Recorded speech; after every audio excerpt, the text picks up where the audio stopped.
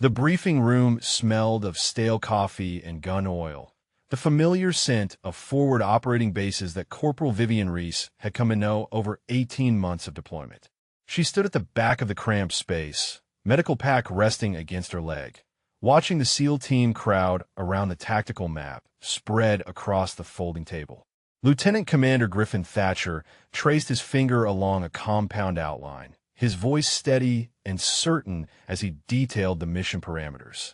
Vivian studied the map from her position, noting the multi-story structure, the narrow corridors, the limited egress points. She was already calculating medical contingencies, identifying where casualties might occur, planning treatment protocols for the likely injury patterns. It was instinct now, this constant assessment of risk and response. Staff Sergeant Brennan Knox leaned forward, his massive frame blocking her view momentarily. He asked about entry points, and Thatcher responded with practiced efficiency. Petty Officer First Class Darwin Hughes questioned the enemy force estimate. Petty Officer Second Class Leandro Ortiz wanted clarification on extraction timing. Each SEAL engaged with the tactical details, their questions sharp and professional. Nobody asked about medical coverage. Nobody looked back at Vivian. She was used to it. Combat medics existed in a strange space within special operations units. Necessary, but separate. Valued in theory, but overlooked in practice. The SEALs knew she would be there if someone went down, knew she carried the training and equipment to keep them alive until evacuation. But in the planning phase, in the brotherhood of operators preparing for a mission, she remained invisible. Thatcher finished the tactical overview and straightened, his eyes scanning the team. He mentioned her then, almost as an afterthought. The medic will maintain rear security with the supply cache, he said. Standard protocol. Keep her out of the primary action where she might become a liability. Vivian said nothing. She had learned early in her career that protesting assignments only reinforced their assumptions. Better to do the job, do it perfectly, and let results speak. She caught Knox glancing back at her, a brief flicker of acknowledgement before he returned to studying the map. At least he remembered she was there. Before we go further, the narrator's voice would interject here, natural and conversational, asking viewers to drop a comment and share what state they were watching from, whether they knew anyone serving in military medicine, whether they had witnessed the quiet courage of combat medics who worked in the shadows of more celebrated operators. The briefing continued with communications protocols and contingency plans.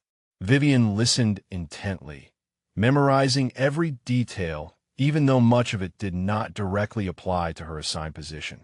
She had learned to gather all available intelligence because situations rarely unfolded as planned. When chaos erupted, the medic with the most complete tactical picture often made the difference between life and death.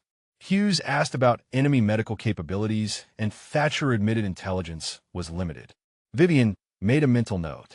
If they faced organized resistance, enemy fighters might have their own medical support, which changed the threat assessment for treating casualties under fire. The team began equipment checks, the ritualistic preparation that preceded every operation. Vivian moved to the corner and opened her medical pack, conducting her own inspection with meticulous precision. She counted tourniquets, verified force supplies, tested her hemostatic agents, confirmed her airway management tools were accessible. Her fingers moved through the organized chaos of her kit with practiced efficiency, each item in its designated place, each piece of equipment selected for maximum utility under worst-case conditions. Knox wandered over while she worked, his expression somewhere between curiosity and condescension. He asked if she had enough supplies, the question carrying an undertone that suggested he doubted her preparation. Vivian looked up at him, her dark eyes steady, and assured him she was ready for anything. Knox nodded, already losing interest, and returned to his team. She did not mention her additional training, did not explain that her medical pack contained advanced trauma equipment beyond standard combat medic issue, did not reveal that she had completed specialized courses in hostile environment surgical procedures, programs typically reserved for special operations medical personnel. They saw her credentials as adequate for a support role. They had no idea what she was actually capable of performing under pressure. Thatcher called the team to final assembly, his voice cutting through the low conversations. Time to move. The SEALs gathered their weapons and gear, the choreographed movement of experienced operators. Vivian shouldered her pack, feeling its familiar weight settle against her back, and took her position at the rear of the formation. As they filed out of the briefing room into the harsh sunlight of the compound, she caught her reflection in a window. 26 years old, 5'6", barely 130 pounds soaking wet. She looked like someone who needed protection, not someone who provided it. The SEALs towering around her seemed to confirm that perception. But Vivian knew something they did not. She had survived situations that would have broken most soldiers. She had performed medical procedures under conditions that would have paralyzed less trained personnel. She carried certifications and capabilities that even Thatcher did not fully understand because he had never bothered to read beyond a summary of her file. The mission was simple on paper: secure the compound, gather intelligence, extract before enemy reinforcements arrived. Standard direct action for a SEAL team. Vivian's role was even simpler: stay out of the way unless someone got hurt. She settled into the helicopter for transport, watching the team conduct last-minute weapons checks, listening to their casual banter over the headset. They talked about previous operations, about rotation schedules, about everything except the medic sitting quietly among them. It did not matter. Vivian Reese had learned long ago that respect was earned through action, not assumed through assignment. She would do her job. She would be ready when they needed her. And if the mission went wrong, if chaos descended and everything fell apart, they would discover exactly what the overlooked medic could do when lives hung in the balance. The helicopter rotor wash kicked up sand and debris as they touched down 300 meters from the target compound.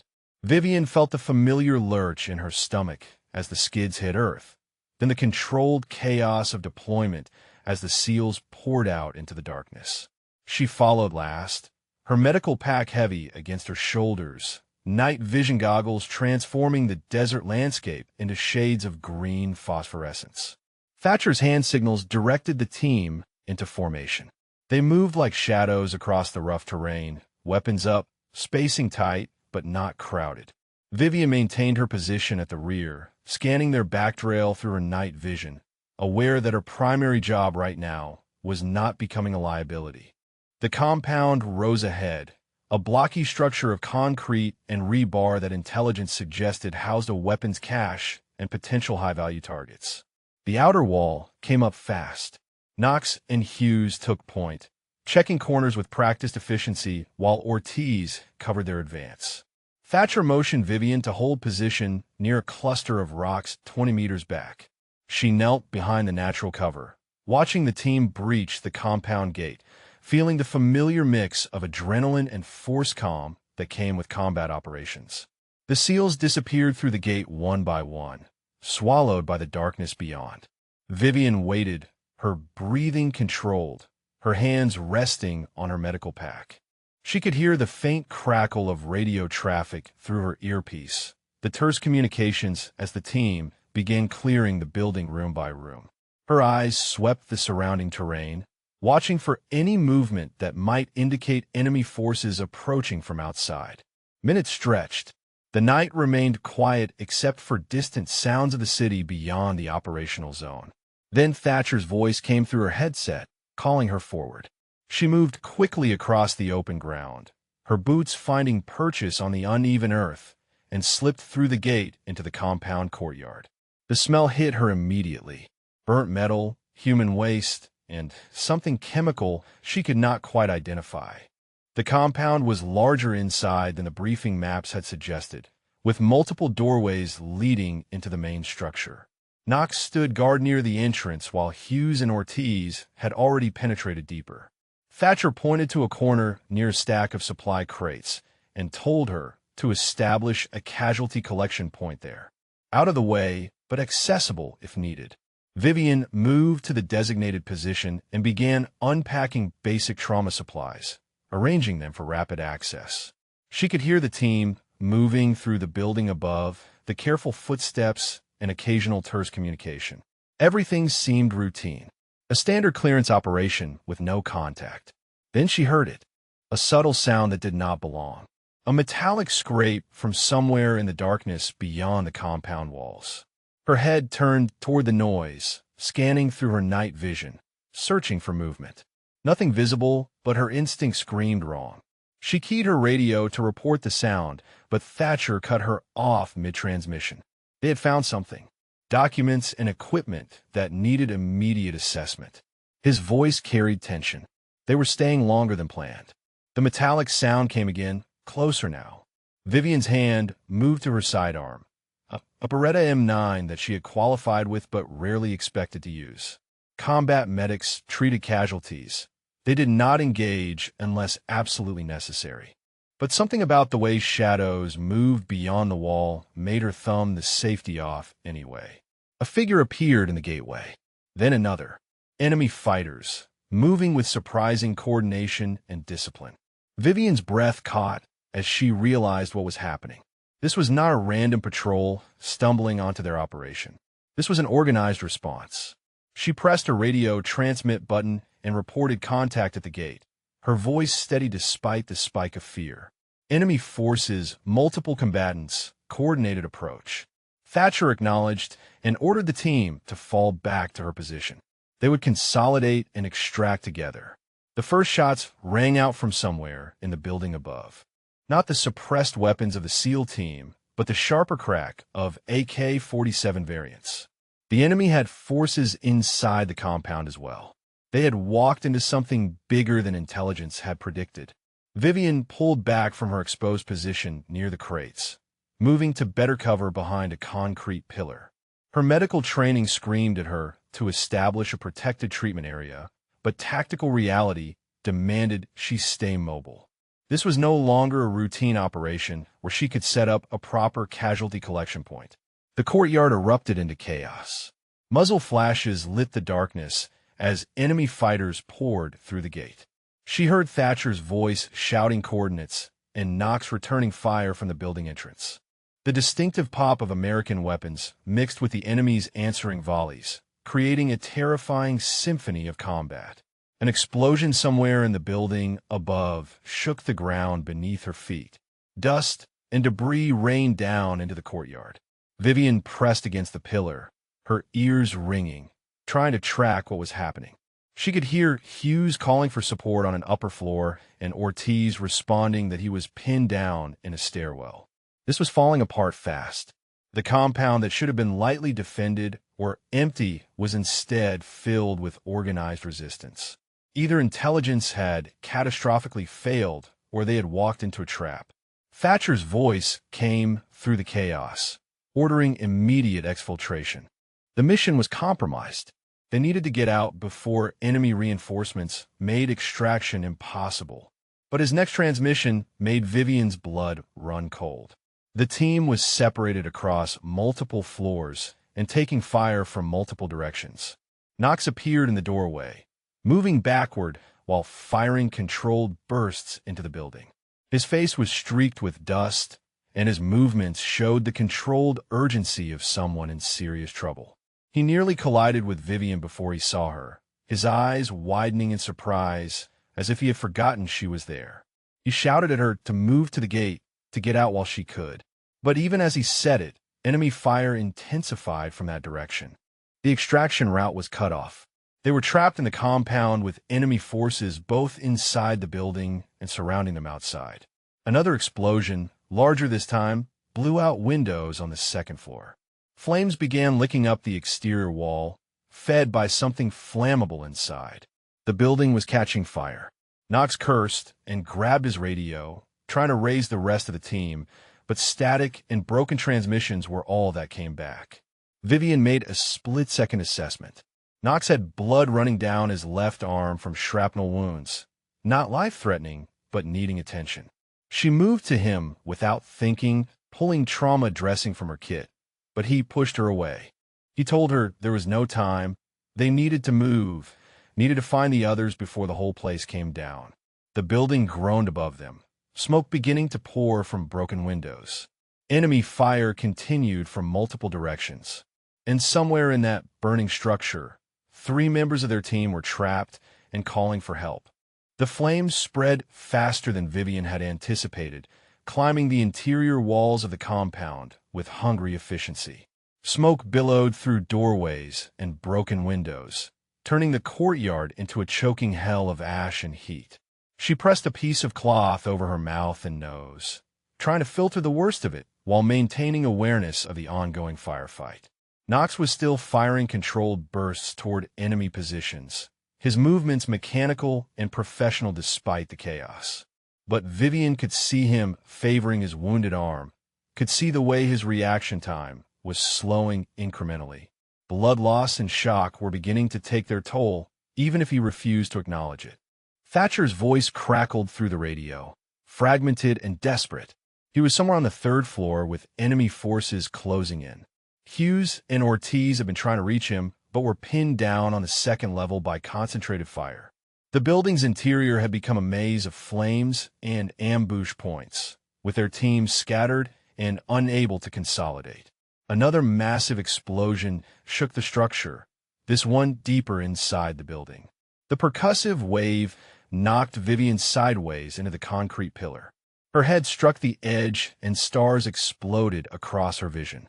She tasted copper in her mouth and felt warm liquid running down the side of her face. Blood, she registered distantly, though whether from the head wound or the ringing in her ears, she could not immediately tell. The world tilted and swayed as she tried to regain her footing. Her medical training kicked in automatically, running through concussion protocols even as she struggled to stay conscious. She pressed her hand to the wound, feeling the torn skin and assessing severity through touch alone. Significant laceration, but probably superficial. No obvious skull fracture. She could still function. Knox was shouting something, but the ringing in her ears made his words unintelligible. She saw him pointing toward the gate, gesturing frantically for her to move. Then she saw why. Enemy fighters were massing for another push into the courtyard, their numbers seeming to multiply in the smoke and darkness. She tried to stand, and her legs buckled. The concussion was worse than she had initially assessed.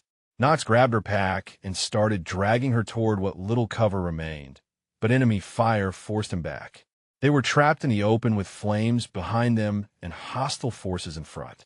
Thatcher's voice came through the radio again, clearer this time despite the chaos. He was ordering immediate evacuation. Anyone who could move needed to get out. He would try to reach Hughes and Ortiz, but Knox needed to extract with the medic before the building collapsed. It was not a request. It was a direct order. Knox acknowledged and looked at Vivian with an expression that mixed frustration and guilt. She understood what he was thinking. He could probably fight his way out alone, but carrying an injured medic would make him vulnerable. Yet leaving her went against every instinct a SEAL possessed. She told him to go. Her voice came out weaker than she intended, but the words were clear. Get out and call for extraction. She would find her own way. But even as she said it, she knew it was a lie. The building was becoming an inferno, and enemy forces controlled every exit. Nobody was getting out without a miracle. Knox refused, his jaw set in stubborn determination. He hauled her up despite her protests, supporting her weight while trying to maintain his weapon at ready. They staggered toward a partially collapsed wall that might offer escape, but another explosion drove them back. The building's structural integrity was failing catastrophically. A section of the 2nd floor gave way with a thunderous crash, sending debris cascading into the courtyard. Vivian caught a glimpse of figures on the upper level, silhouetted against flames. Hughes and Ortiz were still up there, still trapped. And from the frantic radio traffic, Thatcher was with them now, all 3 SEALs unable to descend through the inferno. Knox made his decision. He could not save everyone. He positioned Vivian behind the best available cover, pressed extra magazines into her hands, and told her to stay down. He was going back for the others. Orders be damned, he was not leaving his team. Vivian tried to stop him, but her coordination was failing.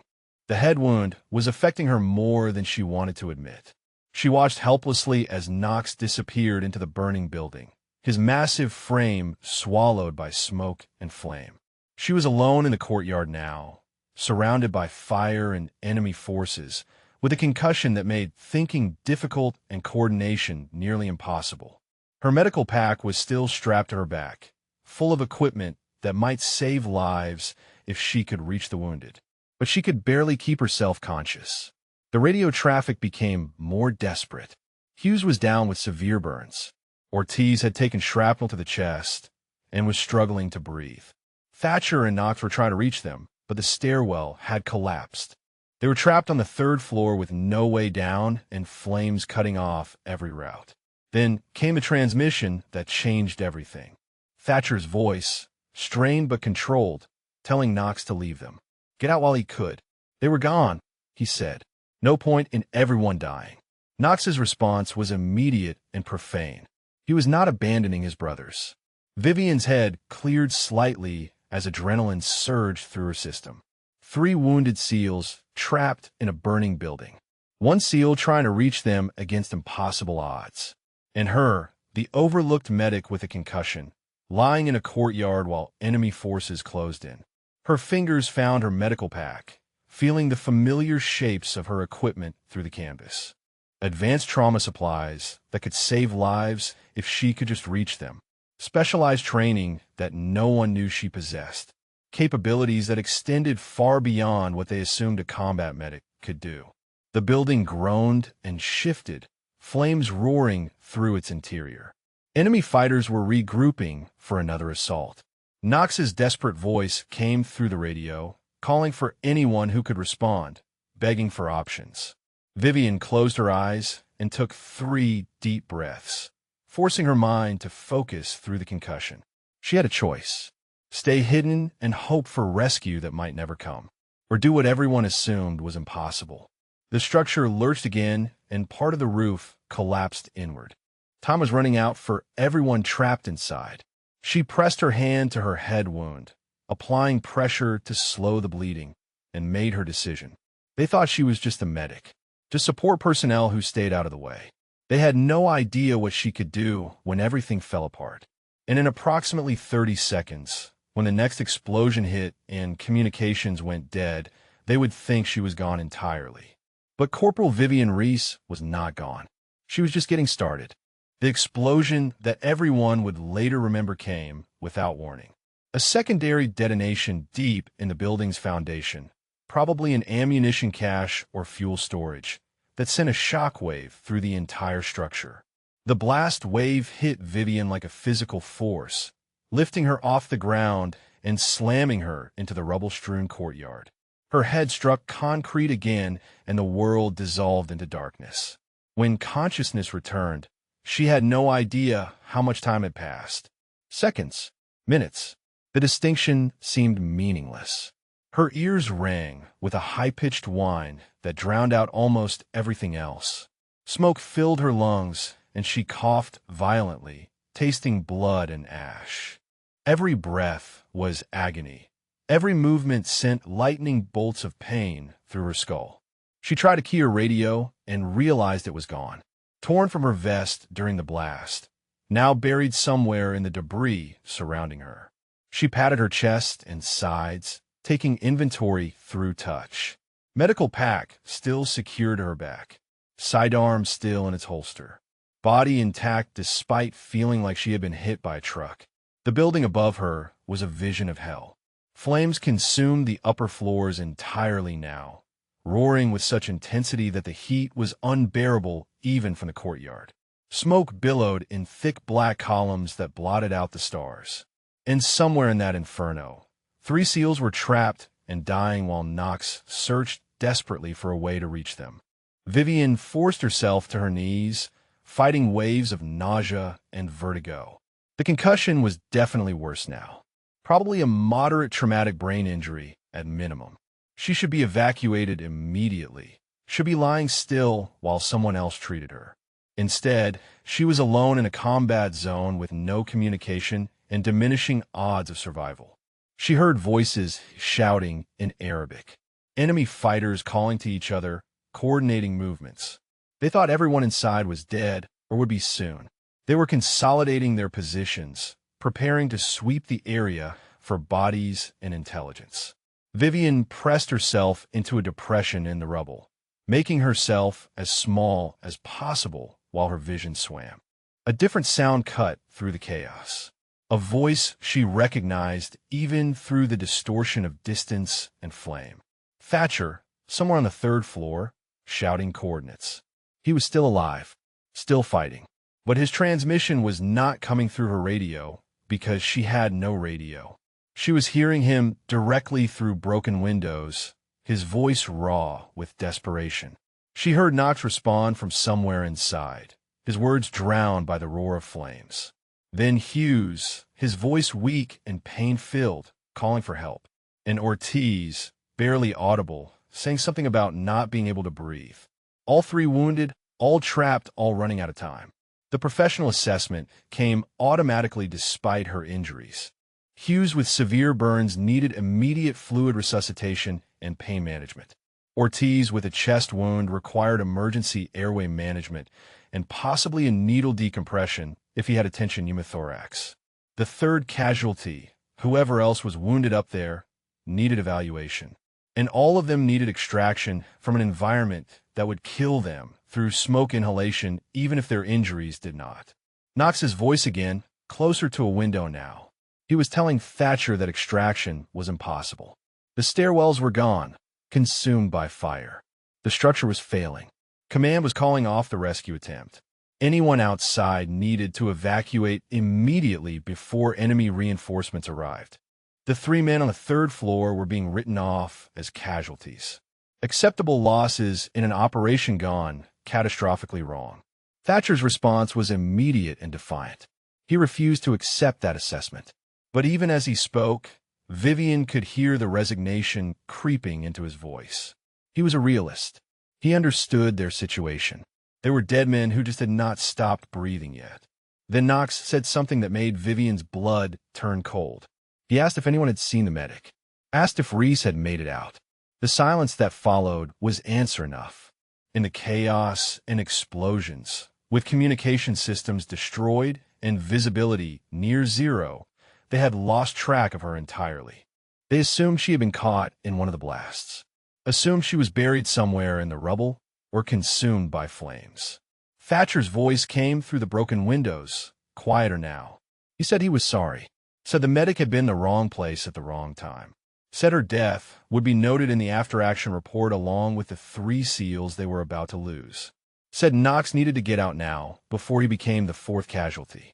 Knox argued, but Vivian could hear the exhaustion in his voice. He was wounded, running low on ammunition, surrounded by enemy forces and trapped by an inferno he could not penetrate. There was nothing more he could do. Thatcher gave him a direct order. Evacuate immediately. That was final. The sounds of fighting diminished as Knox began his withdrawal. Enemy forces were pulling back from the intense heat, forming a perimeter at a safer distance. They would wait for the building to collapse and then search the ruins. No one could survive what was happening inside that structure. It was just a matter of time. Vivian lay in her depression in the rubble, listening to her team write her off as dead, listening to 3 SEALs trapped and waiting to die, listening to the building groan and crack as it consumed itself. Her head pounded with each heartbeat, and her vision blurred at the edges. She should stay down, should wait for enemy forces to leave, should focus on her own survival. But she was a combat medic. She did not choose survival when patients were dying. She chose the mission. And right now, the mission was 3 wounded men who needed treatment that only she could provide. She checked her medical pack again, running her hands over the equipment she knew by touch alone. Advanced trauma supplies, including surgical implements that most combat medics did not carry. Specialized training in hostile environment medicine that she had never mentioned to anyone. Capabilities that extended far beyond what they assumed her role encompassed. The building lurched, and another section of roof collapsed inward. Minutes remained before total structural failure. Enemy forces had established their perimeter. Knox was gone, evacuating to save himself. Command had written off everyone inside as lost. Vivian pushed herself to her feet, swaying with vertigo, but maintaining her balance through sheer determination. She oriented herself toward the building, identifying potential entry points that might still be passable. The front entrance was completely engulfed.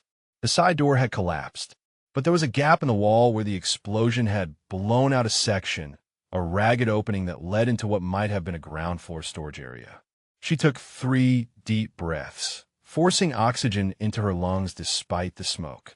Then she moved toward the burning building, medical pack secured, hands steady despite the concussion, mind focused on the impossible task ahead. They thought she was dead.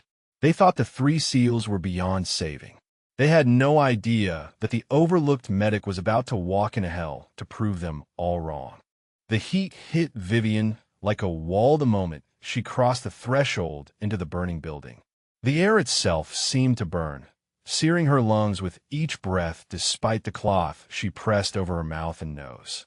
Visibility dropped to near zero as smoke filled every cubic inch of space, turning the world into a suffocating gray void punctuated by orange flames. She dropped low, remembering her training on thermal layers in structure fires. The coolest air, what little oxygen remained, would be near the floor. She crawled forward on her hands and knees, medical pack dragging behind her, feeling her way through debris and wreckage.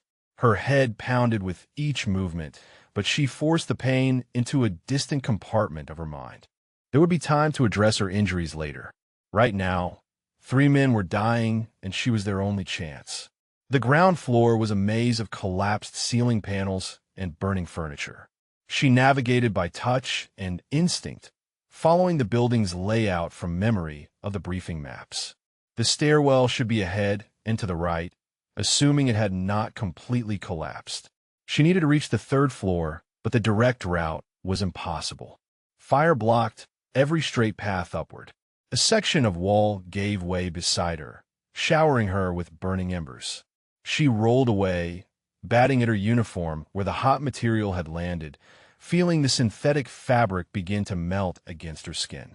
1st degree burns at minimum, possibly 2nd degree. She cataloged the injury automatically and kept moving.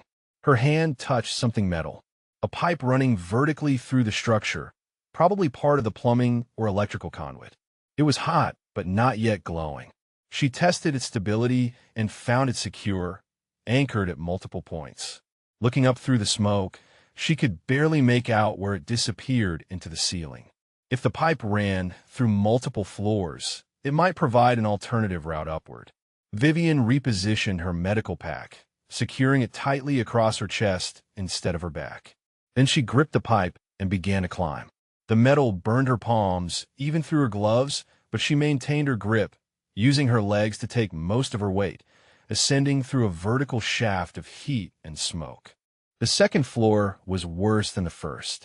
Flames consumed entire rooms, creating a roaring inferno that seemed alive and hungry. She pulled herself onto what remained of the floor, clinging to support beams and structural elements that had not yet given way. The heat was becoming unbearable. Her uniform was smoking. Her exposed skin felt like it was cooking. She heard voices above her. Thatcher shouting something about air running out. Hughes groaning in pain. Ortiz making a wet, labored sound that Vivian recognized immediately as respiratory distress. She had minutes at most to reach them before smoke inhalation and burns killed them, even if their other injuries did not. Another pipe, this one already glowing red with heat. She wrapped her hands in strips torn from her uniform and climbed again, feeling the fabric smolder against the metal. Her palms blistered underneath the makeshift protection, but she did not stop. The pain was information, nothing more. It told her she was still alive and still capable of movement. The 3rd floor materialized through the smoke like a vision from hell. Most of the ceiling had collapsed, creating a twisted landscape of concrete and rebar. Fire licked up through gaps in the floor, fed by the inferno below. And in a corner that had somehow remained partially intact, she saw them.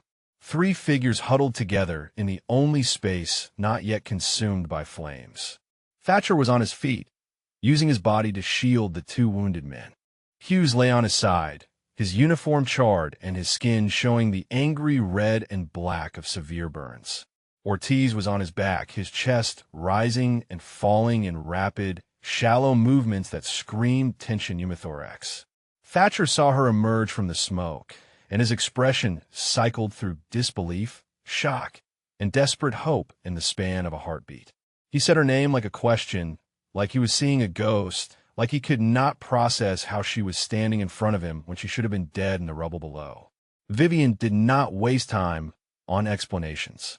She dropped to her knees beside Ortiz, her hands already moving to her medical pack, pulling out equipment with practiced efficiency. His airway was compromised. His chest had diminished breath sounds on the right side and showed signs of deviation. Classic tension pneumothorax from the penetrating chest wound.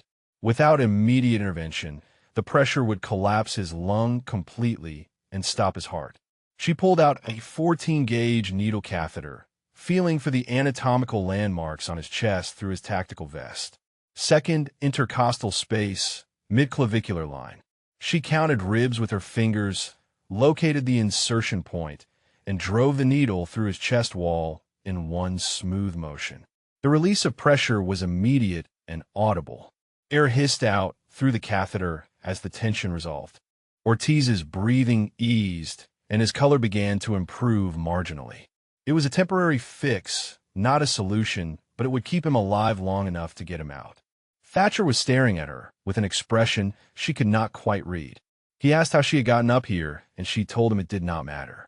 What mattered was getting them down. He shook his head, gesturing at the flames surrounding them. There was no way down. Every route was blocked. They were trapped. Vivian turned to Hughes, assessing his burns while her mind worked through the tactical problem. Second and third degree burns across his arms and upper torso. He needed fluid resuscitation and pain management immediately. She started in 4-line, working by feel as much as sight, and began pushing fluids. Her burn kit contained specialized dressings that would provide some protection, but moving him was going to cause excruciating pain. She injected morphine, carefully calculating the dose to manage pain without compromising his respiratory drive. Hughes's eyes focused on her briefly, registering surprise at seeing her there, then closed again as the medication took effect. The building groaned around them, the sound of structural elements failing under extreme stress. They had minutes before this section collapsed into the inferno below. Vivian looked at the 3 SEALs, then at the surrounding flames, then back at her medical pack. She was carrying equipment and knowledge that none of them knew she possessed. Specialized training in tactical combat casualty care that went far beyond standard combat medic protocols. She told Thatcher they were getting out. All of them. He started to argue, but she cut him off with a look that brooked no disagreement. She had not crawled through hell to watch them die. She had a plan. It was insane and would probably kill them all, but it was better than waiting for the building to collapse. Thatcher held her gaze for a long moment, reading something in her expression that made him nod slowly. He asked what she needed. Vivian smiled grimly through the smoke and blood on her face. She needed them to trust that the overlooked medic knew exactly what she was doing. Vivian worked with methodical precision despite the flames closing in around them. She assessed each casualty systematically, her training taking over even as the heat became almost unbearable. Thatcher watched her hands move across Ortiz's chest, checking the needle decompression she had performed, ensuring the temporary fix was holding. His expression shifted from desperate hope to something approaching awe. She moved to Hughes next, examining his burns more thoroughly now that she had stabilized Ortiz's immediate crisis. The damage was extensive. Second-degree burns covered both arms and his left shoulder. Third-degree burns marked his chest where his tactical vest had failed to protect him. The flesh was charred in places, weeping in others. Without proper treatment, infection would kill him even if they somehow escaped the fire.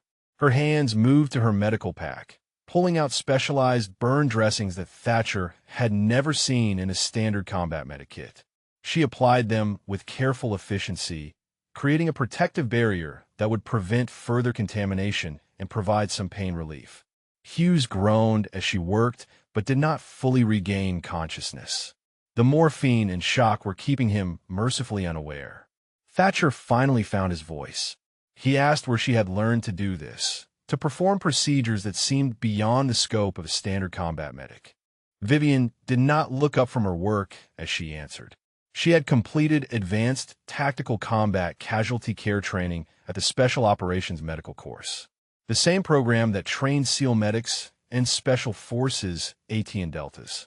She just had never mentioned it because nobody had bothered to ask. The revelation hung in the smoke-filled air between them. Thatcher processed what she was saying, understanding dawning across his features. They had assigned her to rear security because they assumed she had basic medical training. They had treated her as support personnel because they never looked beyond the summary of her file. And now she was the only thing standing between them and death. She moved back to Ortiz, checking his vitals. His breathing had stabilized, but he needed surgical intervention that she could not provide in a burning building. The penetrating chest wound required proper exploration and repair. For now, the needle decompression and occlusive dressing would have to suffice. She started in 4-line and began pushing fluids to combat shock. A section of ceiling crashed down 10 feet away, sending a shower of sparks and debris across their small protected area. The fire was consuming the last barriers between them and total immersion in flame. Time had run out.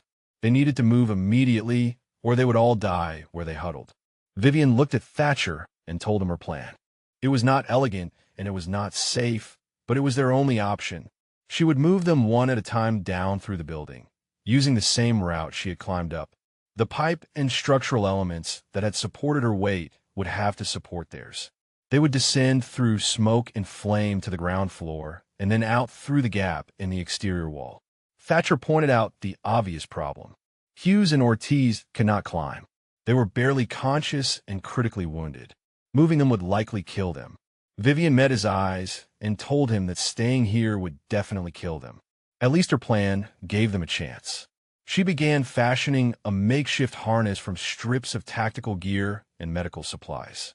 Her hands moved with practiced efficiency, creating a system that would allow her to secure one of the wounded men and lower him through the vertical spaces in the building. It was improvised and dangerous, but it was all she had. Thatcher asked who she was taking first. Vivian did not hesitate. Ortiz. His chest wound made him the most critical. If the needle decompression failed during movement, he would die within minutes. She needed to get him to the ground floor, where she could perform more definitive treatment if necessary. She secured the harness around Ortiz's chest and under his arms, testing the holds to ensure they would not slip. Then she looked at Thatcher and told him to stay with Hughes. Keep him warm. Keep him talking if he woke. She would be back for him as soon as she had Ortiz secure below. Thatcher grabbed her arm as she prepared to move. He asked if she really thought she could do this, could carry a full-grown SEAL through a burning building while injured herself. Vivian looked down at his hand on her arm, then back up at his face. She told him she had not come this far to fail now. She lifted Ortiz with a fireman's carry, positioning his weight across her shoulders despite his bulk. He outweighed her by at least 80 pounds, but she had trained for this. Had practiced casualty carries until her muscles screamed and her body wanted to quit. The training took over now, her legs finding the strength despite exhaustion and injury. The descent was nightmare made real. She navigated through flames that licked at her uniform, through smoke so thick she could barely see her own hands. The harness system allowed her to lower Ortiz through gaps in the floor while she climbed down the support structures. Every movement was agony. Every breath was torture. But she did not stop. Twice the structure shifted beneath her, threatening to give way completely. Twice she found new handholds and kept moving.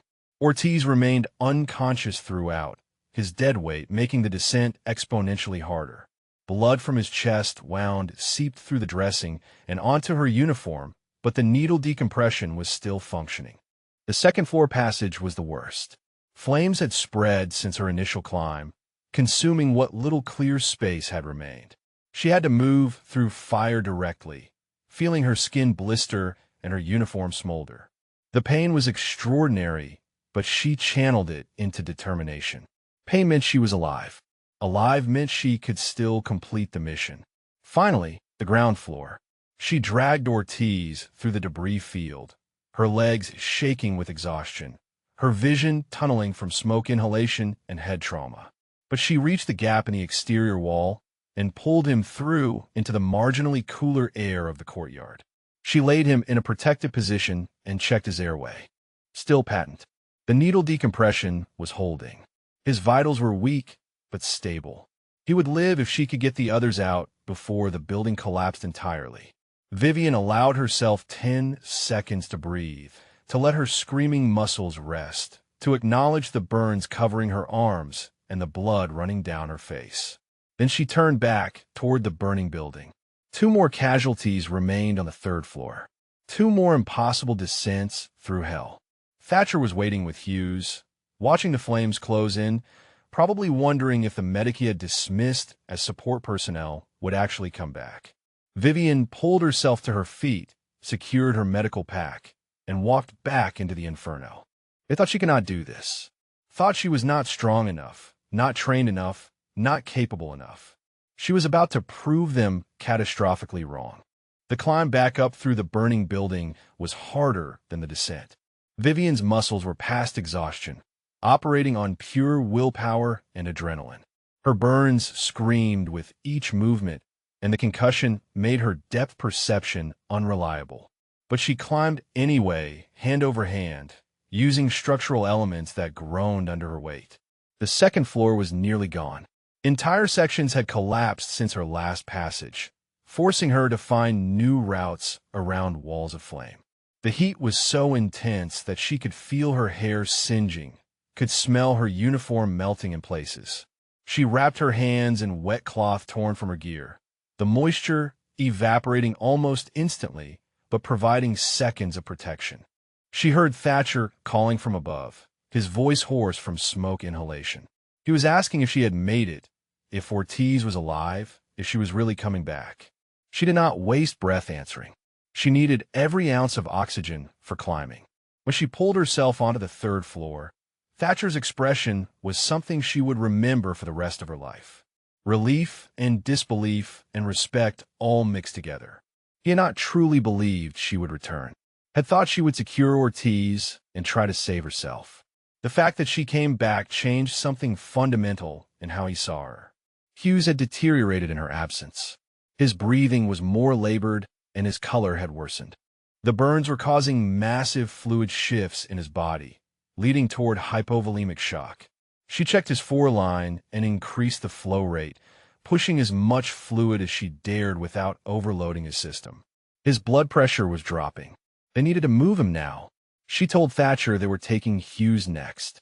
He was the most critical now that Ortiz was stable below. Thatcher offered to help carry him, but Vivian shook her head. The route down required climbing through narrow gaps and unstable structures. 2 people trying to navigate together would be slower and more likely to cause a collapse. She had to do this alone. Thatcher argued, but she cut him off. She told him to prepare himself. She would be back for him within 10 minutes. If she was not back in 15, he needed to find his own way down because it meant she was dead. Her tone left no room for debate. She secured the harness around Hughes, adjusting for his larger frame and the awkward bulk of his injuries. His eyes flickered open briefly, and he recognized her. He tried to speak, but she told him to save his strength. She had him. He was going to make it. She did not know if it was true, but he needed to believe it. The descent with Hughes was worse than with Ortiz. His burns made every point of contact excruciating for him.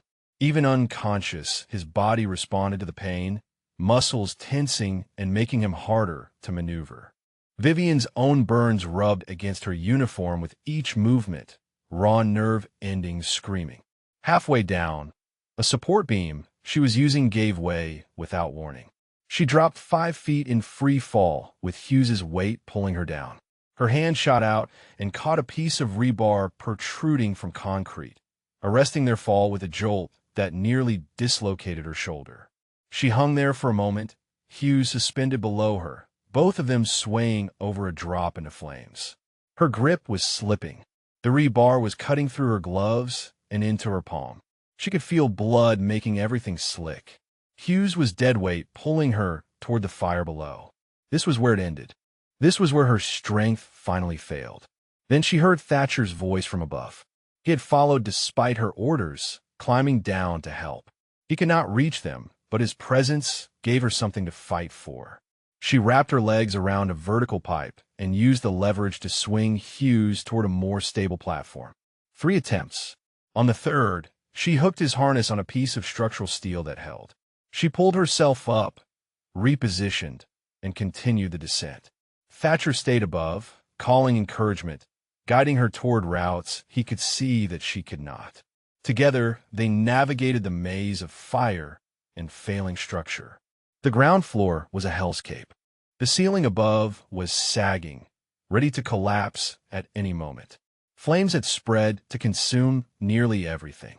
Vivian dragged Hughes through the narrow gap in the exterior wall just as a major section of roof crashed down behind them.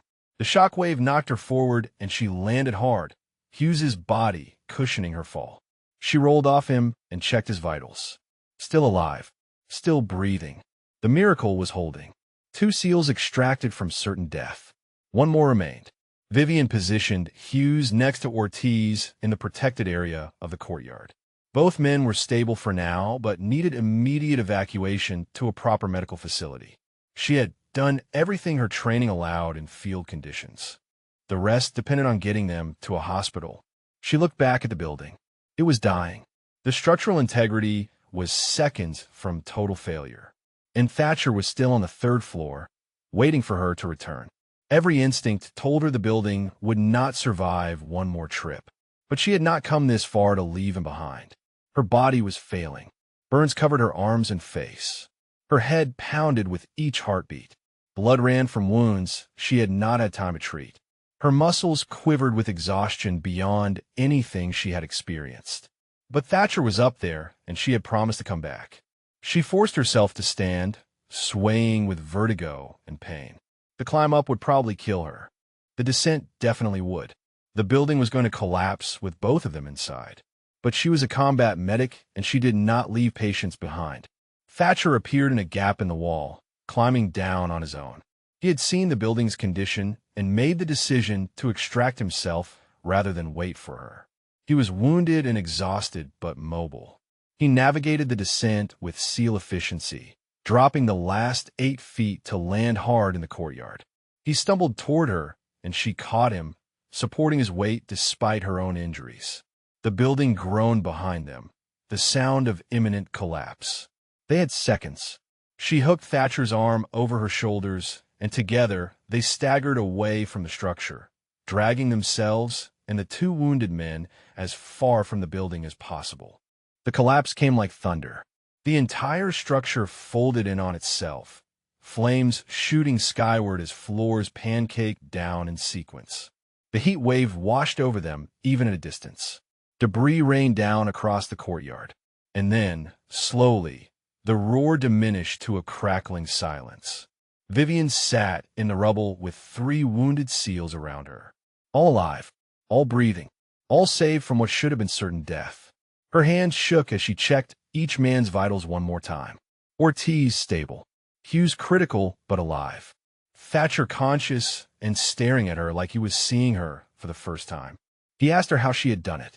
How 1 injured medic had extracted 3 full-grown SEALs from a collapsing inferno.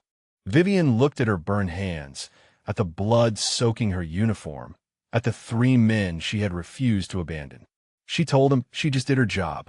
Thatcher shook his head slowly. He said that was not a combat medic's job. That was beyond anything he had ever seen. That was something else entirely. Vivian met his eyes through the smoke and ash covering both their faces. She told him maybe they should have read her full file before assuming what she could do. The immediate crisis had passed, but Vivian knew their situation remained dire. They were in enemy territory with 3 casualties, limited ammunition, no communication, and extraction uncertain. The building's collapse had created a brief respite as enemy forces pulled back from the danger zone, but they would return. And when they did, a wounded SEAL team would be an easy target. She moved among her patients with mechanical efficiency despite her own deteriorating condition. Ortiz first, checking the needle decompression and 4 fluids. His chest wound was stable for now, but he needed surgical intervention within hours. Hughes next, adjusting his burn dressings and monitoring for signs of infection. His fluid requirements were massive, and she was running low on 4 supplies. Thatcher last, examining the shrapnel wounds in his leg that he had been ignoring throughout the ordeal. Thatcher tried to wave her off, but she grabbed his leg and cut away the torn fabric of his uniform. The wounds were deeper than she had thought, jagged tears that had been bleeding steadily. He had lost significant blood and was showing early signs of shock. She irrigated the wounds, packed them with hemostatic gauze, and wrapped them tightly. He needed antibiotics and probably surgery to remove embedded fragments. While she worked, Thatcher asked about her training again. She told him the basics as her hands moved through practiced motions. After completing standard combat medic school, she had applied for and been accepted into the Special Operations Combat Medic course. 18 months of intensive training in advanced trauma care, field surgery, and emergency medicine under hostile conditions. The same program that produced the elite medics attached to SEAL teams and Special Forces units. Thatcher processed this information slowly, his face showing a mix of respect and confusion. He asked why she had never mentioned it, why she had let them assign her to rear security when she was qualified for direct action medical support. Vivian did not look up from bandaging his leg. She told him nobody had asked. Nobody had looked at her file beyond confirming she was a medic. They saw a small woman and assumed she was standard support personnel. The truth settled between them like a weight. Thatcher started to apologize, but Vivian cut him off. Apologies were useless. What mattered now was survival. She needed him focused on the tactical situation while she kept everyone alive medically. Movement in the darkness beyond their position caught her attention. Enemy forces were regrouping, moving cautiously back toward the collapsed building. They had maybe 10 minutes before hostile contact resumed. Vivian counted their remaining ammunition and medical supplies. Both were critically low. Thatcher tried to stand and nearly collapsed. His leg would not support his weight. The blood loss and shock were worse than Vivian had initially assessed. She caught him and eased him back down. He was in no condition to fight. None of them were. They needed extraction immediately, or they would all die in this courtyard. She asked if he had any way to signal for help. His radio had been destroyed in the building. Hers was still buried somewhere in the rubble. Knox had evacuated and should have called for emergency extraction, but there was no way to know if the message had gotten through or how long response would take. Enemy voices grew louder. Flashlight beams cut through the darkness, sweeping the area around the collapsed structure.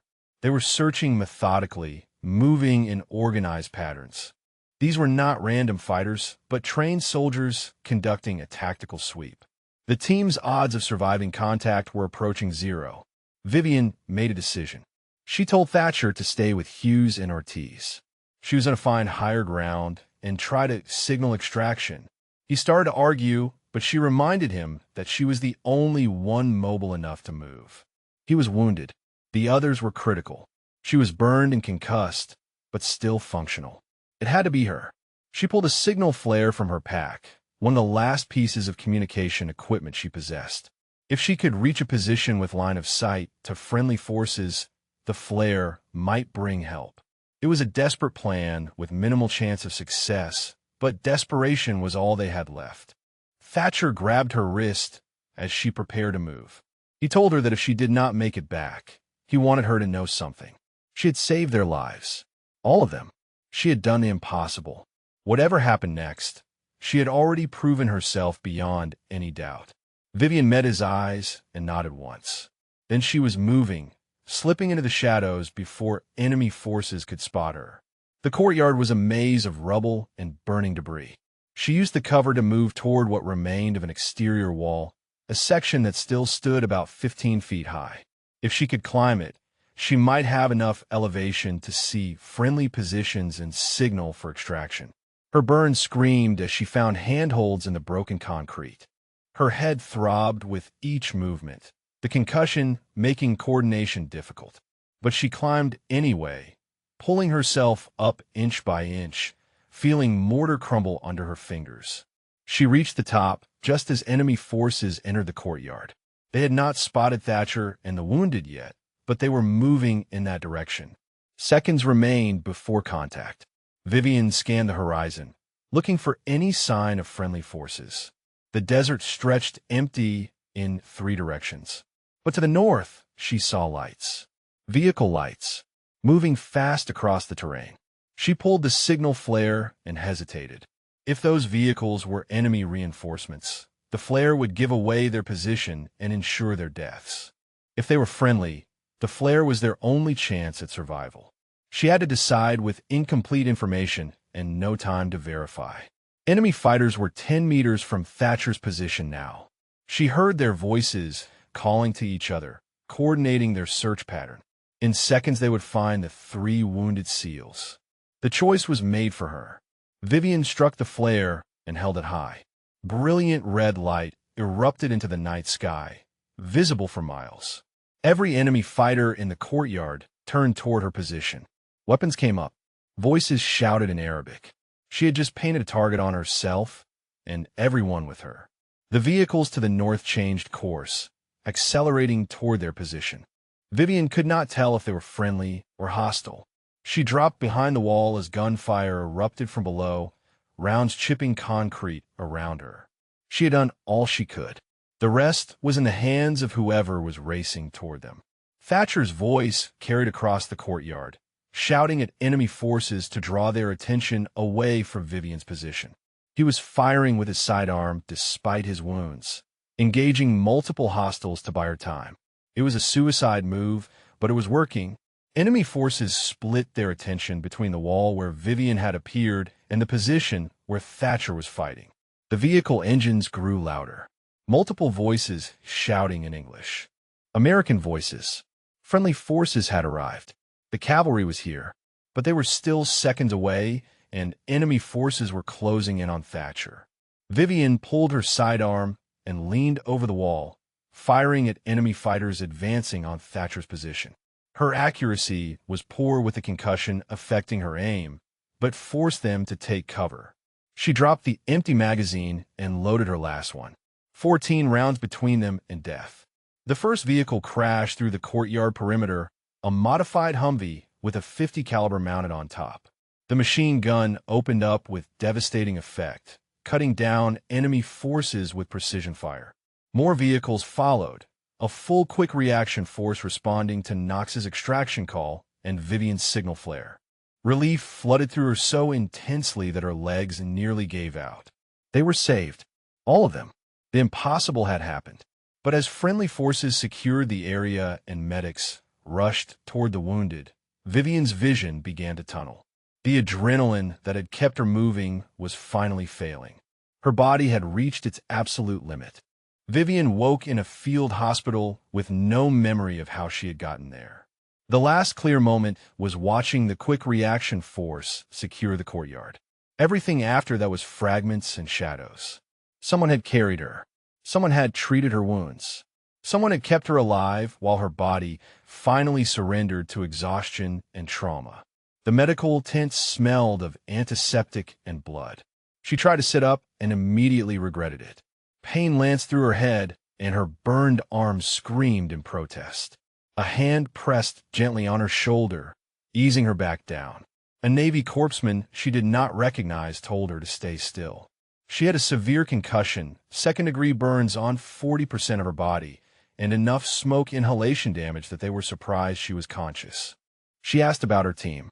The corpsman's expression shifted to something between admiration and disbelief. All 3 SEALs had survived. Ortiz was in surgery having his chest wound properly repaired. Hughes was critical but stable, his burns being treated by specialists. Thatcher was being treated for blood loss and shrapnel wounds, but was expected to make a full recovery. The corpsman said it was a miracle. said nobody should have survived what happened in that compound. Vivian closed her eyes and let the relief wash over her. They were alive. All of them. The impossible extraction had worked. Her hands started shaking, and she could not stop them. The corpsman noticed and told her it was normal. Adrenaline crash combined with trauma. Her body was processing everything it had suppressed during the mission. Knox appeared in the entrance of the medical tent, his arm in a sling, but otherwise mobile. He stood there for a long moment, just staring at her like he was seeing a ghost. Then he crossed her bedside and sat down heavily in the chair next to her cot. His eyes were red-rimmed, and his voice was rough when he finally spoke. He told her he thought she was dead. When he evacuated, when he called for the quick reaction force, he reported 4 casualties lost in the compound. He had seen the building collapse, had assumed everyone inside was gone. And then the flare went up, and he heard Thatcher's voice on the radio saying the medic had pulled them all out. He still did not understand how it was possible. Vivian looked at her bandaged hands resting on the thin hospital blanket. She told him it was her job. Knox shook his head firmly. He said carrying wounded through a burning building while injured herself was not a combat medic's job. That was something else. That was the kind of thing they gave medals for. She started to respond, but Knox held up his hand. He needed to say something, needed to apologize. They had treated her like she was not really part of the team, had assigned her to rear security because they assumed she could not handle direct action, had never bothered to learn what she was actually capable of. And that assumption had almost gotten them all killed. The tent flap opened and Thatcher entered, moving slowly on crutches. His leg was heavily bandaged, but he was mobile. He made his way to Vivian's bedside and stood beside Knox, both SEALs looking at her with expressions she had never seen directed her way before. Respect. Genuine, unqualified respect. Thatcher told her he had read her full file.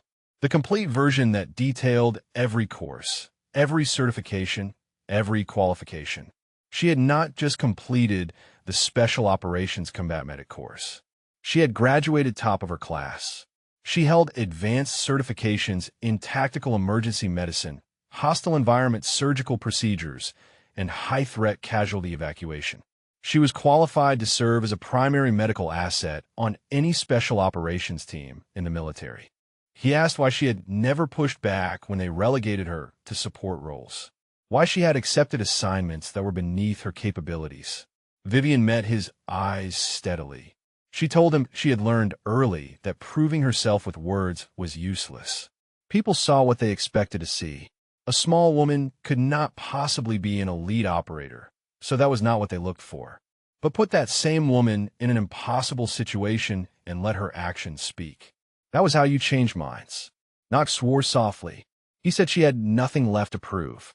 What she did in that compound was beyond anything he had seen in 15 years as a SEAL. She had performed advanced medical procedures under fire, improvised evacuation techniques that should not have worked, and displayed physical endurance that defied explanation. She had earned her place on any team she wanted to serve with. The medical officer entered, a lieutenant commander with flight surgeon insignia. He looked at the gathering around Vivian's bed and told the visitors they needed to let his patient rest. But before he shooed them out, he addressed Vivian directly. Her actions were being documented in the after-action report. Command was reviewing the entire operation. There would be questions and debriefs. But unofficially, as one medical professional to another, what she accomplished was extraordinary. After the others left, Vivian lay in the quiet of the medical tent and let herself process what had happened. She had walked into a burning building that everyone else had written off as a death trap. She had performed emergency procedures under conditions that would have paralyzed most trained physicians. She had carried 3 full-grown men to safety while her own body was failing. And she had done it all while concussed, burned, and operating alone. The cost was written across her body. Her arms were wrapped in burn dressings that would need weeks to heal. Her head throbbed with each heartbeat from the concussion. Her lungs ached from smoke inhalation. Her muscles felt like they had been shredded. But the 3 SEALs were alive. That was all that mattered. Sleep claimed her again, deep and dreamless. When she woke hours later, the tent was dim with evening light. Someone had left a bottle of water on the table beside her cot. Next to it was a handwritten note. The note was from Ortiz, written in shaky handwriting from his hospital bed. It said simply that he had been conscious for part of the extraction, conscious enough to feel her performing the needle decompression that saved his life, conscious enough to realize she was carrying him through fire while probably dying herself, conscious enough to understand that she had refused to leave him behind when everyone else thought he was already dead. He would never forget that, would never forget her. Similar notes appeared over the next day as she drifted in and out of consciousness. Hughes wrote that he owed her his life and would spend the rest of it making sure people knew what she had done. Knox wrote that he was recommending her for every commendation he could think of. Thatcher wrote that he was formally requesting she be permanently assigned to his team for all future operations. The medical officer told her she would be evacuated to a major hospital in Germany within 48 hours. Her injuries required specialized treatment that the field hospital could not provide. The recovery would be long, months probably, but she would heal. She would return to duty, and when she did, she would have her choice of assignments. Vivian accepted the information with the same calm she brought to everything. Medals and recognition were not why she had done it. She had done it because 3 men needed help, and she was the only one who could provide it. That was the job. That was what being a combat medic meant. You did not count the cost. You did not calculate the odds. You just acted. But lying in that hospital bed with her body screaming its protests, she allowed herself a small moment of satisfaction. They would never overlook her again, would never assume she was just support personnel, would never question what she was capable of accomplishing. She had proven herself in the most definitive way possible. The overlooked medic had become impossible to ignore. 3 weeks after the compound operation, Vivian sat in a hospital room at Landstuhl Regional Medical Center in Germany. Her burns were healing, the skin regenerating under specialized treatments that reduced scarring. The concussion had resolved, though she still experienced occasional headaches. Her lungs were clear. Physically, she was recovering ahead of schedule. The doctors attributed it to her exceptional baseline fitness and sheer determination.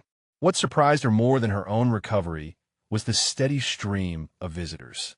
Knox came twice, bringing updates on the team and telling stories about how word of her actions had spread through the special operations community. Hughes visited from his own hospital bed, still heavily bandaged but improving.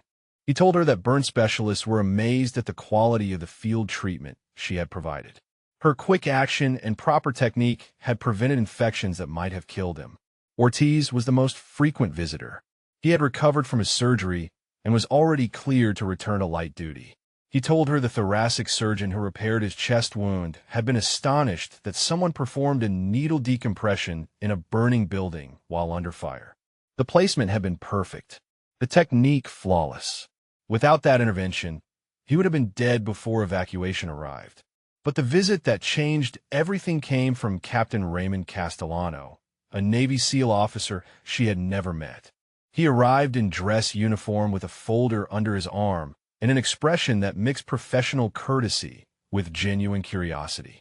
He introduced himself as the commanding officer of a specialized SEAL medical training program. Castellano sat in the chair beside her bed and opened the folder.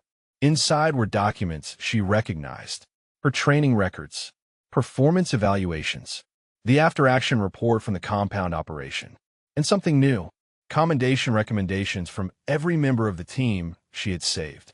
He told her the Navy was reviewing her case with intense interest. What she accomplished in that compound had become a case study. Military medical schools were analyzing her procedures.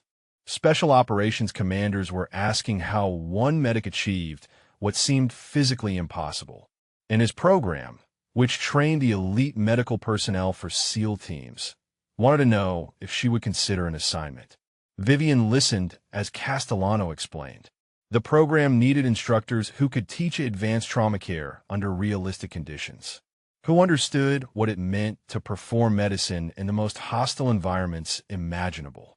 who could demonstrate not just the technical skills, but the mental fortitude required to function when everything was falling apart. Her experience made her uniquely qualified. She asked about returning to her original unit.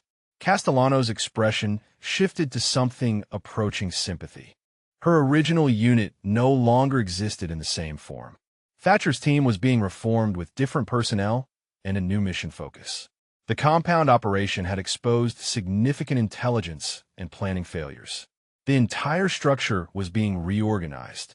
But more than that, Castellano said she had outgrown that assignment.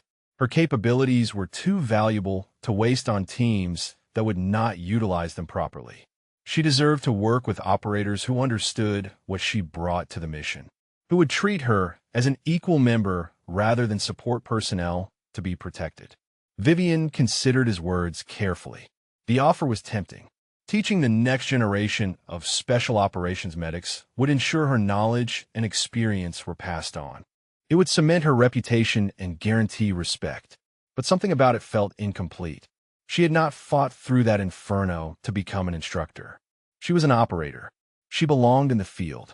She told Castellano she appreciated the offer, but she wanted to remain operational, wanted to continue serving with teams that needed her capabilities.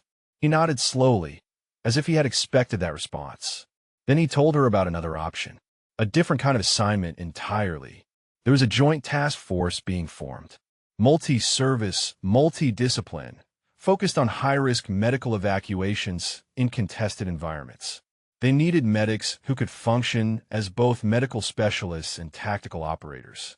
People who could fight their way into impossible situations, perform advanced procedures under fire, and extract casualties that conventional forces wrote off as unrecoverable. They needed people like her. The assignment would be dangerous.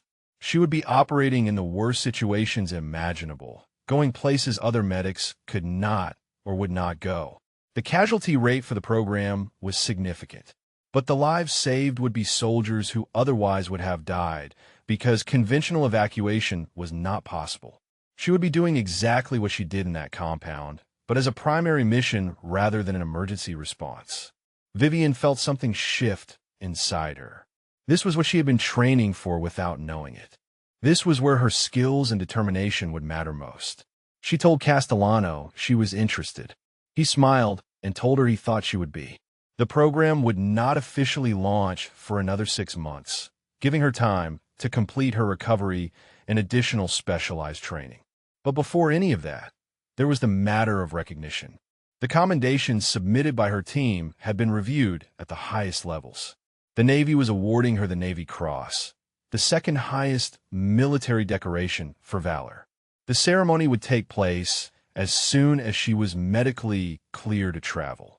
Vivian sat with that information, trying to process what it meant.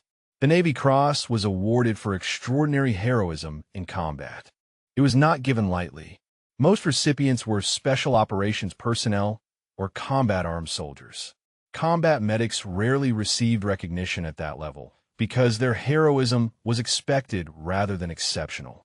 Castellano saw her expression and understood. He told her the medal was not about meeting expectations. It was about exceeding every reasonable definition of courage and capability.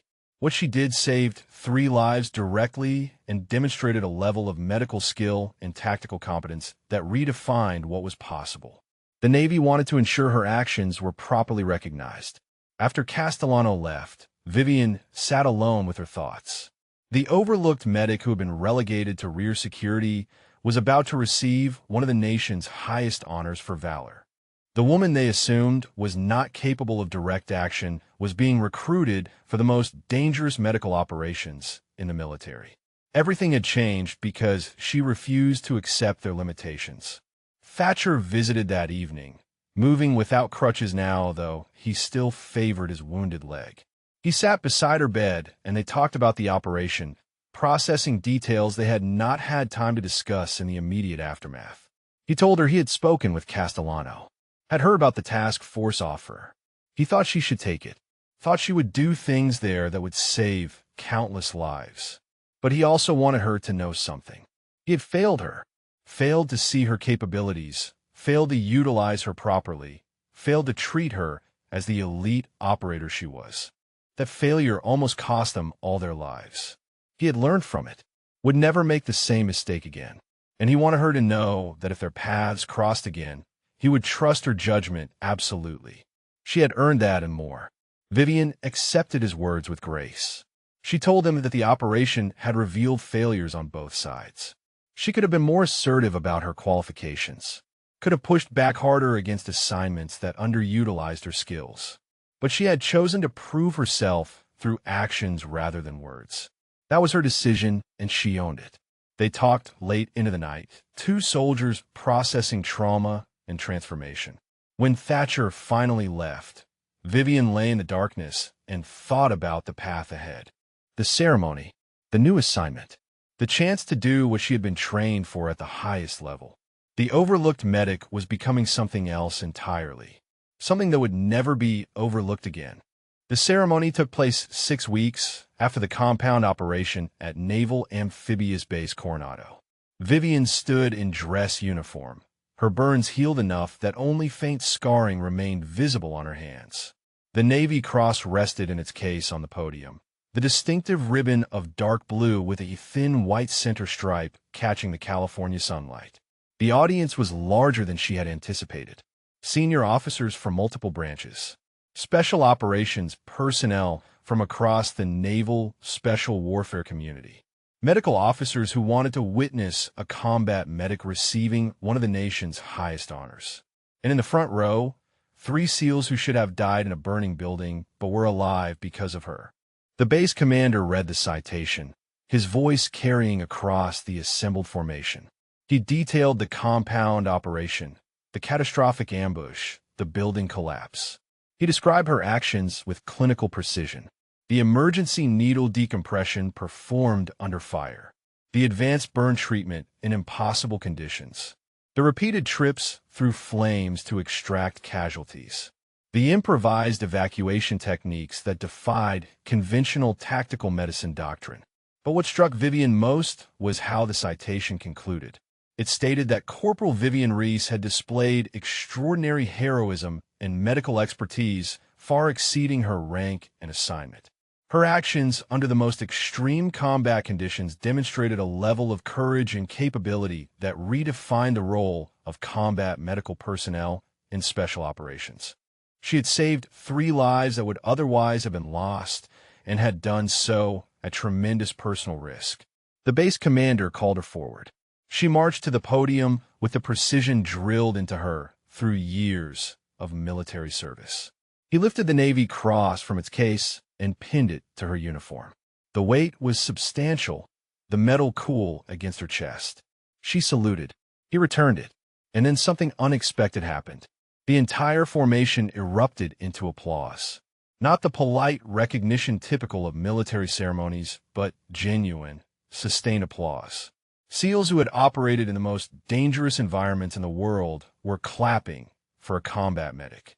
Officers who commanded elite units were showing respect that transcended rank. And in the front row, Thatcher, Knox, Hughes, and Ortiz were on their feet, their expressions showing emotions that warriors rarely displayed publicly.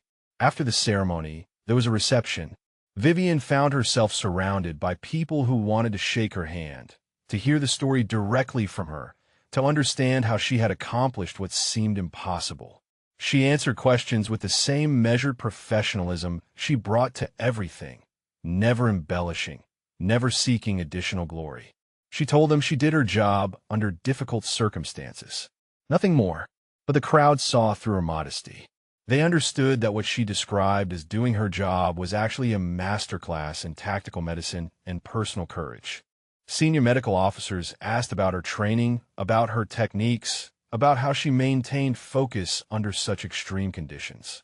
Special operations commanders asked about her decision-making process, about how she had assessed and managed the tactical situation while treating multiple critical casualties. Admiral Marcus Whitfield approached, a vice admiral with Naval Special Warfare Command insignia. He told her that her actions had prompted a complete review of how combat medics were utilized in special operations. The assumption that medics should be protected rather than integrated as full team members was being challenged. Her case demonstrated that properly trained medical personnel could function as elite operators while maintaining their primary medical mission. Whitfield asked if she had made a decision about Captain Castellano's offer regarding the Joint Task Force. Vivian confirmed she had accepted the assignment pending completion of additional training. Whitfield nodded approvingly. He told her the task force had been his idea. Too many casualties were being lost because conventional medical evacuation could not reach them. The military needed personnel who could go into the worst situations, perform advanced medicine under fire, and bring people home alive. She was exactly what that mission required. He also told her something that surprised her. Her story was being shared throughout the special operations community, not just in the Navy, but across all branches. Army Special Forces medics were studying her techniques. Air Force pararescue teams were analyzing her evacuation methods. Marine Corps Reconnaissance Corpsmen were reviewing her decision-making under pressure. She had become an example of what was possible when medical training met tactical competence and absolute determination. Later, away from the crowds, the four SEALs found her standing alone near the waterfront. The late afternoon sun cast long shadows across the base. They approached without the formality of the ceremony, just four men who owed their lives to the woman they had once overlooked. Ortiz spoke first. He told her he had been accepted into advanced SEAL training that he would have been dead to complete if not for her. His wife and two daughters had gotten to see him come home. His son would grow up with a father. Those were gifts he could never repay, but would never forget. Hughes showed her his arms, the burn scars visible but healing remarkably well. The specialist had told him the field treatment she provided was the difference between recovery and permanent disability. She had not just saved his life, but preserved his ability to continue serving. He was returning to active duty in 2 months, something doctors initially thought impossible. Knox pulled out a photograph. It showed the entire SEAL team, taken before the compound operation. He pointed to Vivian standing at the back, barely visible behind the larger men. He said that was the last photo of them not understanding who she really was. From now on, whenever team photos were taken, she would stand front and center. That was where operators of her caliber belonged. Thatcher was last. He told her he had been offered command of a new special operations unit focused on high-risk direct action. He wanted her as his senior medical officer if she would consider it after completing the task force assignment. Not because she had saved his life, though she had, but because she was the most capable tactical medic he had encountered in 20 years of special operations. He would trust her judgment over almost anyone else's in a crisis situation. Vivian looked at the four men, these elite warriors who had initially dismissed her as support personnel. The respect in their eyes was absolute, the gratitude genuine. But more than that, she saw recognition. They understood now what she had known all along. That combat medics were not just support personnel. They were operators who carried the weight of life and death in their medical packs. They were warriors who fought with skill and knowledge rather than just weapons. She told them she appreciated everything, but reminded them that she had simply done what any properly trained medic would do in the same situation. Knox laughed and shook his head. He said that was the most ridiculous thing he had ever heard. What she did was not standard procedure. It was exceptional by any measure, and the Navy Cross on her chest proved it. As the sun set over the Pacific, Vivian stood with the four SEALs and let herself feel the full weight of what had happened. She had walked through fire, literally and figuratively, had proven herself beyond any possible doubt, had earned recognition that few combat medics ever received, had transformed from overlooked support personnel to decorated operator in the span of one impossible night. But more than the medal, more than the recognition, more than the new assignment opportunities, what mattered most was standing here with four men who were alive because she refused to accept limitations. That was the real measure of success. That was what being a combat medic meant. Not the glory or the awards, but the lives saved when everyone else had given up hope. The overlooked medic had not just proven herself. She had redefined what was possible. 6 months after the ceremony, Vivian stood in front of a classroom filled with combat medics preparing for special operations assignments. The training facility at Fort Bragg was state-of-the-art, equipped with realistic trauma simulators and tactical training environments. But the students were not looking at the equipment. They were looking at her, at the Navy Cross ribbon on her uniform, at the burn scars still visible on her hands. She had been teaching for 3 months now, while waiting for the Joint Task Force to become operational. Captain Castellano had asked her to share her expertise with the next generation before she deployed. She had agreed, understanding that teaching was another form of saving lives. Every medic she trained properly was someone who might face their own impossible situation and have the skills to survive it. The course she taught was advanced tactical casualty care under extreme conditions. She did not lecture from PowerPoint slides or rely on textbook scenarios. She taught from experience. From a night, she had crawled through fire to reach 3 dying men. From a moment, she performed a needle decompression in a burning building. From the impossible descents carrying casualties who outweighed her by 80 pounds. She told her students that being a combat medic was not about following protocols in controlled environments. It was about adapting when everything went wrong, about maintaining focus when your own body was failing, about refusing to accept that casualties were unrecoverable just because the situation seemed impossible. The best medicine, she told them, was delivered under the worst conditions by those nobody saw coming. One student raised his hand and asked the question she knew was coming. He asked how she found the strength to keep going when she was injured, exhausted, and operating alone. Vivian considered her answer carefully. She told him it was not about strength. It was about purpose. When you were the only thing standing between your patients and death, you found capabilities you did not know you possessed. The body could endure far more than the mind believed possible when the mission demanded it. But she also told him something else, something she had learned in that compound. You had to believe in your own capabilities even when everyone else doubted them. She had been overlooked, dismissed, relegated to support roles. But she had known what she was capable of. And when the moment came, she acted without hesitation. That self-knowledge, that absolute confidence in your training and abilities was what allowed you to function when logic said you should quit. After the class, she found a message waiting. The Joint Task Force was operational. She was to report to the commanding officer within 72 hours. Her deployment would begin immediately. The training period was over. The real work was about to begin. She packed her gear with the same meticulous care she brought to everything. Medical equipment checked and rechecked. Tactical gear organized for rapid access. Everything positioned exactly where muscle memory would find it in darkness or chaos. She had learned in that burning building that proper preparation was the difference between success and failure. Knox appeared at her door the evening before her departure. He was stationed at Bragg temporarily for advanced training and had heard she was leaving. He wanted to say goodbye and to give her something. He handed her a small tactical patch, custom-made. It showed a medical caduceus wreathed in flames with the words "through fire" embroidered beneath it. He told her the 4 of them, the SEALs she had saved, had commissioned the patches for their team. It was their unofficial symbol now, a reminder of what she had done, a reminder that the medic attached to their team was not support personnel, but an operator who had proven herself under the most extreme conditions imaginable. He wanted her to have the first one. Vivian accepted the patch, feeling the weight of what it represented. She asked if they really wanted their team identity built around needing to be rescued. Knox laughed and told her it was not about being rescued. It was about having a medic who would walk through hell to reach them. That was what every operator wanted. Someone they could trust absolutely when everything fell apart. The following morning, she reported to the task force headquarters.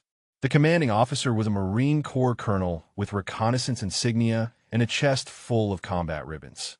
He welcomed her to the team and introduced her to the other members. Special Forces medics, Navy SEAL corpsmen, Air Force pararescue specialists, Marine reconnaissance corpsmen, all of them elite medical personnel with combat experience. All of them had heard her story.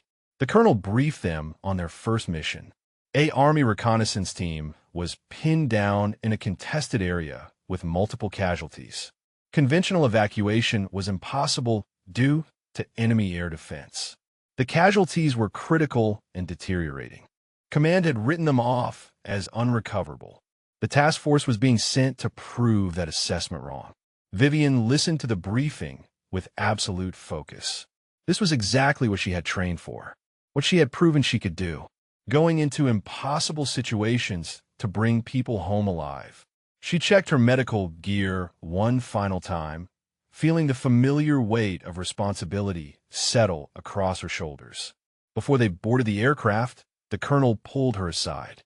He told her he had read her file, studied the compound operation, reviewed the techniques she had employed. He wanted her to know that she was not just another team member. Her experience and capabilities made her essential to their success. He would be relying on her judgment in critical situations. Vivian nodded her understanding. She had spent her career being overlooked, being underestimated, being treated as less capable than she was.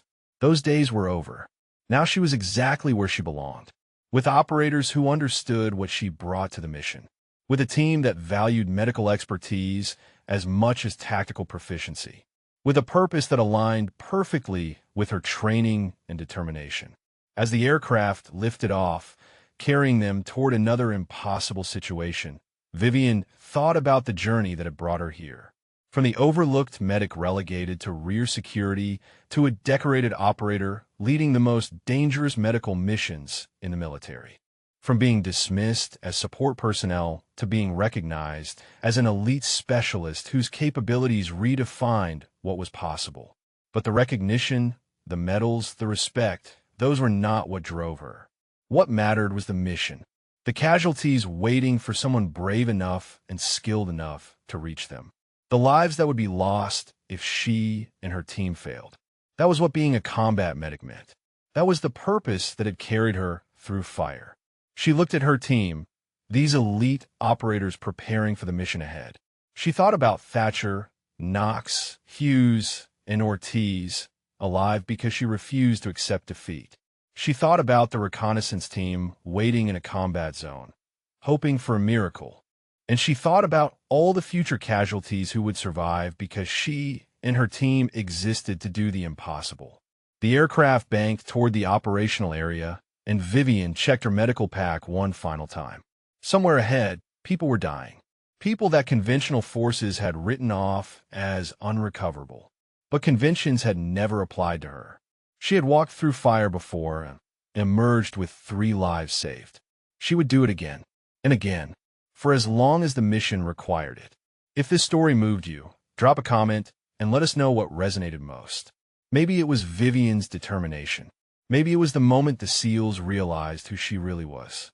Or maybe you know someone in military medicine who shows that same quiet courage. Share your thoughts and let us know your favorite part of the story. The overlooked medic had become legend, but Corporal Vivian Reese was just getting started.